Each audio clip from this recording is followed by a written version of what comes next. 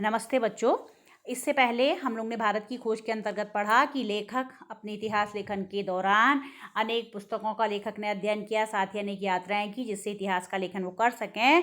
तो भारत की खोज के, भारत की तलाश के क्रम में वो लगातार आगे बढ़ रहे थे, लेकिन अभी भी वो कहते हैं मैं इससे संतुष्ट नहीं था। देखिए, भारत की तलाश जो आज हम ये प्रकरण पढ़ेंगे इसमें हम यही देखेंगे। लेखक कहते हैं पुस्तकों, प्राचीन स्मारकों और विगत सांस्कृतिक उपलब्धियों में ने मुझ में एक हद तक भारत की समझ तो पैदा की, लेकिन मुझे उससे संतोष नहीं हुआ, नहीं मुझे वह उत्तर मिला जिसकी मैं तलाश कर रहा था। लेखक कह रहे हैं कि मैंने बहुत सारी पुस्तकें पढ़ी, जगह जगह घूमा, स्मारक देखे, इमारतें देखी, अनेक शासकों के शासनकाल में जो निर्माण कार्य हुआ वो देखा, लेकिन मुझे इससे भी संतोष नहीं हुआ क्योंकि इससे बहुत सारी बातों का उत्तर अभी नहीं मिल पा रहा था। जो लेखक सोचते थे, जो बातें, बहुत सारे प्रश्न अभी क्या थे, अनुत्तरित थे, उनके उत्तर नहीं मिल पा रहे थे।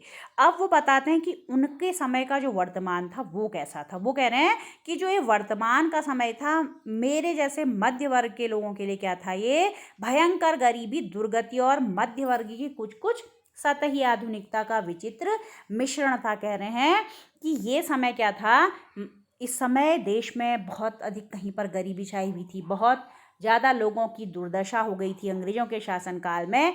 और मध्य वर्ग के जो लोग थे, मध्य वर्ग क्या होता है बच्चों, समाज को आर्थिक आधार पर, मतलब उनके पास कितना पैसा है आदि जो चीज़ें हैं, सुख सुविधाएं, उनके आधार पर समाज को 3 वर्गों में बांट देते हैं, उच्च वर्ग, मध्यम वर्ग और निम्न वर्ग। तो उच्च वर्ग तो बहुत ज़्यादा संपन्न होता है, वो उसे किसी चीज़ की चिंता ही नहीं होती है, अपने खाने पीने की, ना अन्य साधन जुटाने की। मध्य वर्ग क्या होता है, उच्च वर्ग से उसकी स्थिति कम होती है, लेकिन उसके पास अपने खाने पीने और रहने के प्रबंध करने के लिए उसे भी ज़्यादा संघर्ष नहीं करना पड़ता है। लगातार यद्यपि वो संघर्ष करते हैं, लेकिन इन व्यवस्थाओं को जुटा देते हैं। अंतिम होता है निम्न वर्ग। निम्न वर्ग की स्थिति क्या होती है बच्चों, कि वो बहुत ज़्यादा गरीब होते हैं, उन्हें अपने रोज के खाने के प्रबंध के लिए भी जूझना पड़ता है। तो लेखक यहाँ पर कर रहे हैं मध्य वर्ग की बात। वो कह रहे हैं मैं मध्य वर्ग के लोगों का प्रशंसक नहीं था, मैं इन लोगों को बहुत ज़्यादा प्रशंसा की दृष्टि से नहीं देखता था, क्योंकि ये लोग भी केवल अपने जीवन को आगे बढ़ाने की दृष्टि में रहते थे। लेकिन फिर भी वो कहते हैं कि फिर भी भारतीय संघर्ष में नेतृत्व के लिए मैं निश्चित रूप से किसकी ओर देखा करता था, मध्य वर्ग की ओर मैं देखता था।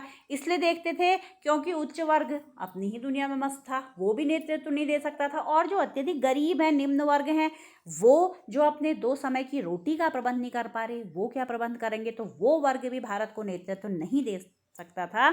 तो लेखक चाहते थे कोई ऐसा व्यक्ति मध्य वर्ग से आए जो इस गुलामी के दौर में अंग्रेजों के खिलाफ लोगों को एकजुट करे, उनका नेतृत्व करे। फिर वो मध्य वर्ग के बारे में बता रहे हैं कि ये वर्ग भी स्वयं को बंदी और सीमाओं में जकड़ा हुआ महसूस करता था। इस वर्ग के लोग अपने को अंग्रेजों के समय में गुलाम तो समझते ही थे, समझना भी जायज़ है, क्योंकि भले ही अंग्रेजों के समय में उन्हें नौकरियां मिलती थी, लेकिन वो नौकरियां केवल कैसी थी, जितनी अंग्रेज उन्हें चाहते थे, उच्च पदों पर उन्हें नहीं रखा जाता था। तो अंग्रेजों की गुलामी से मुक्त होना चाहते थे, लेकिन केवल अंग्रेजों को हटा देना चाहते थे, और जिस तरह की व्यवस्था उन्होंने चलाई थी उसी व्यवस्था को ये रखना चाहते थे। और ऐसा इसलिए था क्योंकि अंग्रेजों के शासनकाल में ही सब पैदा हुए थे, उसी समय की पैदाइश था ये मध्य वर्ग।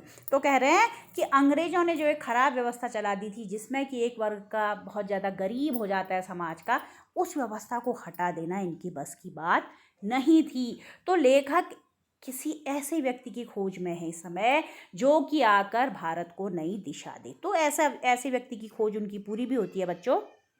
देखो क्या लिखा है आगे, नई ताकतों ने सिर उठाया और वे हमें ग्रामीण जनता की ओर ले गई। क्या कह रहे हैं लेखक, कि इस समय कुछ नई ताकतें आई। नई ताकतों का अर्थ है लेखक का महात्मा गांधी की ओर। ठीक है, महात्मा गांधी आए और उन्होंने पूरे भारत को बिल्कुल अलग ढंग से प्रभावित किया। बच्चों कह रहे हैं पहली बार एक नया और दूसरे ढंग का भारत उन युवा बुद्धिजीवियों के सामने आया जो इसके अस्तित्व को लगभग भूल ही गए थे या उसे बहुत कम अहमियत देते थे। कह रहे हैं कि इस समय जो महात्मा गांधी जब आए, उन्होंने एक नए तरह का भारत, बुद्धिजीवियों को, जो लोग बुद्धिमान भी थे उनको भी एक नए तरह का भारत दिखाया, और वहाँ वो ले गए जिस क्षेत्र को ये बुद्धिजीवी लोग कम महत्व देते थे।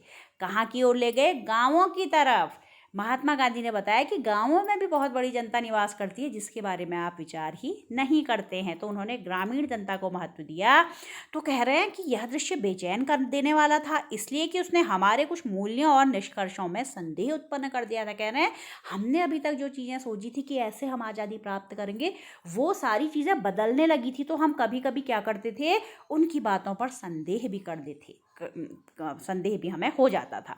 तब हमने भारत के वास्तविक रूप की तलाश शुरू की और इससे हमारे भीतर इसकी समझ और द्वंद्व दोनों ही पैदा हुए। तब लेखक कह रहे हैं कि हमें तो अब पता चला कि भारत ऐसा भी है। अब हमें हमारे अंदर भारत की समझ और एक संघर्ष भी चलने लगा कि ऐसे भारत के बारे में हमने सोचा ही नहीं था। कुछ लोग ऐसे भी थे जो इस ग्रामीण समुदाय को पहले से जानते थे, लेकिन कुछ लोग इससे बिल्कुल भी परिचित नहीं थे। लेखक कह रहे हैं मेरे लिए तो एक बिल्कुल नई तलाश की यात्रा थी। और कह रहे हैं कि यद्यपि मुझे लगता था कि हम लोगों ने अभी तक जितनी कोशिशें की हैं वो असफल हो रही हैं, लेकिन भारत की ग्रामीण जनता के लिए लेखक बता रहे हैं उसमें कोई ऐसी बात थी कि जो लगातार मुझे आकर्षित करती थी। जो एक जज्बा और जोश उनके अंदर था, वो मध्यम वर्ग में, शहर के मध्यम वर्ग में वो बात नहीं थी। तो किससे लेखक आकर्षित हैं? यहाँ के ग्रामीण समुदाय से। वो कह रहे हैं कि हमने अभी तक जो सोचा था, मैं आम जनता की अवधारणा को काल्पनिक नहीं बनाना चाहता। कह रहे हैं कि अब तक हमने जो सोचा था उसे मैं काल्पनिक तो नहीं कहना चाहता हूँ, क्योंकि मेरे लिए भारत के लोगों का अपनी सारी विविधता के साथ वास्तविक अस्तित्व है। वो कह रहे हैं कि हम ये भी जानते थे कि भारत विविधताओं से भरा देश है, यहाँ गरीबी भी है, अमीरी भी है, जातियों में भिन्नता है, भाषा में भिन्नता है, तो ये भी मैं जानता था। फिर भी कह रहे हैं उनकी विशाल संख्या के बावजूद मैं उनके बारे में अनिश्चित समुदायों के नहीं, व्यक्तियों के रूप में सोचने की कोशिश करता हूँ। कह रहे हैं मैंने लोगों के किसी समूह के बारे में नहीं सोचा कि ये इस वर्ग का है, जाति का है। मैं तो सब लोगों के बारे में अलग अलग एक एक व्यक्ति के बारे में मैं सोचने की कोशिश करता हूँ। और कह रहे हैं मुझे ग्रामीण जनता से बहुत ज़्यादा अपेक्षाएं नहीं थी, मतलब उम्मीद मैंने नहीं रखी, इसलिए मुझे निराशा भी नहीं हुई। इसीलिए क्योंकि मैंने उम्मीद नहीं रखी तो मुझे क्या हुआ, जितना मैंने सोचा था उससे कहीं ज़्यादा ही मिला। तो लेखक अब बताते हैं उनके कुछ गुणों के बारे में, बताते हैं कि ग्रामीण जनता के अंदर क्या गुण थे। वो कह रहे हैं उनमें एक प्रकार की दृढ़ता और अंतःशक्ति है, उनके अंदर जबरदस्त शक्ति है और उस शक्ति को उन्होंने भारत की प्राचीन जो शक्ति थी उसके समान बनाकर रखा है। लेकिन चूंकि इतने वर्षों से गुलाम हैं, 200 वर्षों की गुलामी झेल रहे हैं, अत्याचार झेल रहे हैं, तो उसके कारण बहुत सारी शक्ति उनकी समाप्त भी हो गई है। शक्ति काफ़ी समाप्त भी हो गई है, लेकिन बहुत कुछ जो बचा है वो भी अभी सार्थक है। और जो अब ऐसा बच गया है जो सार्थक नहीं है, व्यर्थ का है, बेकार का है, वो भला करने वाला नहीं है, तो उसे हमें बदलना होगा। अर्थात सभी ग्रामीण और शहरी सभी लोगों की शक्तियों को एकजुट हमें करना होगा। ये एक नई खोज लेखक के सामने आई जब वो ग्रामीण जनता की ओर हो गए।